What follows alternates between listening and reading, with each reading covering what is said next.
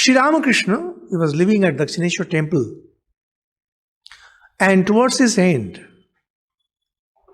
and it's well recorded in the Gospel of Sri Ramakrishna, says that, well, see, I'm seeing the whole universe as pure consciousness. And the way, imagine that something is floating up and down in the Ganga. Just like that, I'm seeing these beings. And there was one of his disciples, later Swami Adbhutananda. He was sitting with his chin resting on his hand. I said, look, I can see he is sitting there, and I am seeing him as Lord himself, Satchidananda, sitting like that. And then in earlier days, there used to be sacrifice before Mother Kali. He says, the person who sacrifices, the goat that is to be sacrificed, and the piece of wood where it will be tied, and the soul, I am seeing everything as pure consciousness. Now he's seeing both the things. He's seeing a goat and he's also seeing pure consciousness. That's the beauty of Vedanta. Now this is where we make the mistake. But when you read the life of Sri Ramakrishna, you find he had this feeling. Once Narendranath, later Swami Vivekananda, there was a time when he was not willing to accept this idea of Advaita. So he was making fun with one of his friends, Mr. Hajra, whom we mentioned once. That everything is consciousness. This glass is consciousness, this pen is consciousness, this stand is consciousness. He was there talking, tumbler is consciousness.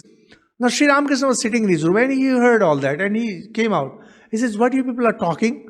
So Hajra was there. He used to sit outside Sri Ramakrishna's room. And Naren, they were both laughing. Ha ha ha. Sri Ramakrishna says that everything is consciousness. And Vedanta says everything is consciousness. And Advaita Vedanta says everything is consciousness. Sri Ramakrishna just went and touched Narendranath. And his worldview changed immediately. And from that moment, for the next 3 days, he was seeing only pure consciousness. So he went back home and there was food and he was not able to, he was seeing food and he was also seeing pure consciousness. He was not able to eat. Then if you go to this place, Swami Vivekananda's ancestral house, there's a park named Hedua and there are iron railings there.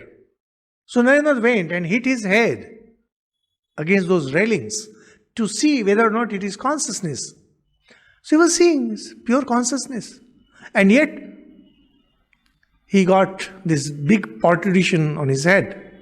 There was a big bump because he was hitting against those iron railings. So you are seeing pure consciousness and you are also seeing this. Actually, Advaita means this. And when Swamiji is talking about this, look at the ocean and not at the wave. See no difference between ant and angel. What Swami Vivekananda is talking here is directly from his experiences that he had and pure Vedanta. What is this pure Vedanta? Now let's think of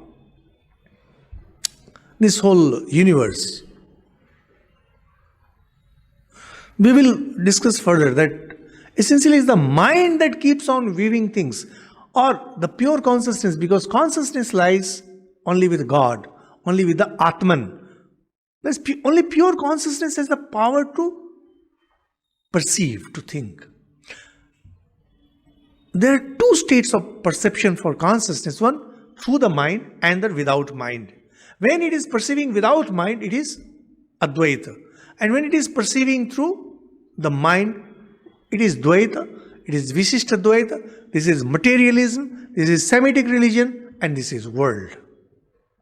Because in all these religions, in everywhere, there will always be a difference of degrees.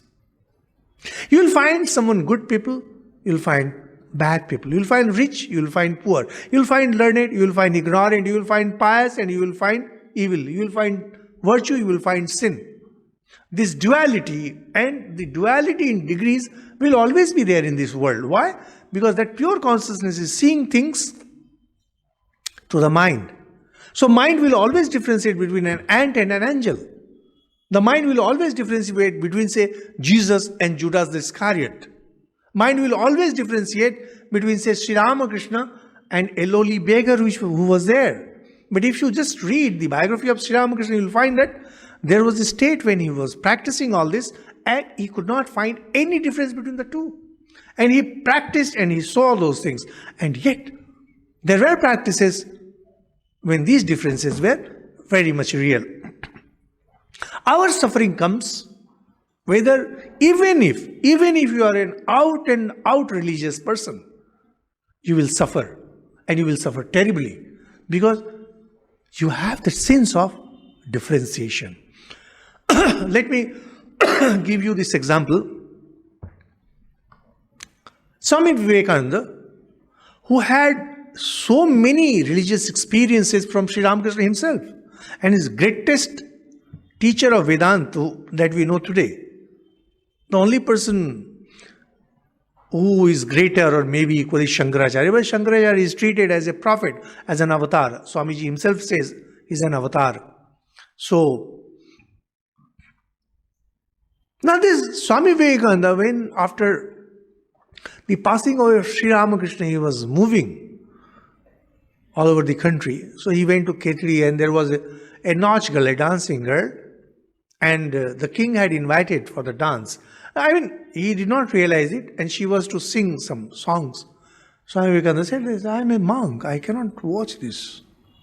And when he was leaving, the nautch girl began the beautiful song, O Lord, don't look at my faults. Prabhu mere avaguna chitana dharu. And suddenly Swamiji came back to his conscious senses. He returned. He said, why am I seeing this difference between a pious lady and a nautch girl? Similarly, when he was on way to Vrindavan on foot, he found that somebody was smoking chillam, smoking basically. So he went there, and that person says that I am a low caste. I am a sweeper by caste. Swamiji moved away from there. After walking for 2 kilometers, so suddenly he says, I am a monk, why am I differentiating? He went back, apologized, and smoked. It's not something new. Shankaracharya had the same problem. Shankaracharya, the greatest expounder of Advaita Vedanta, he was writing his books on Advaita Vedanta when once at Kasi, Varanasi, in the early morning, he saw one butcher carrying meat. And Shankaracharya became angry, committed Brahmin that he was. He said, move away you butcher. And the butcher says, look, if you think that I am body, the body is dead matter, where will it go? And if you think that I am pure consciousness, in that case I am all pervasive, where will I move? Shankaracharya realized that, oh my God, he must be Lord Shiva himself. And he fell down at his feet. So see, what happens, even though you might be knowing it, even you have realization, these differences may come. How this difference comes? It's about how much you are putting your mind into it. If you put your mind too much into it, you will see the differences. There will be the category, there will be the high and low. And as a consequence, you will have this problem. So angel is different and ant is different for us. Why? Because we are focusing too much on our mind. What is the way out? Says, don't look at the waves, look at the ocean. When you're looking at the ocean, you don't look at the waves. Whether a wave is going up or a wave is going down, it makes no difference. But if you identify your mind with a particular wave, you will feel high when the wave is going up and you will feel low when the wave goes down. Swamiji will be using this example of ocean and the wave too many times.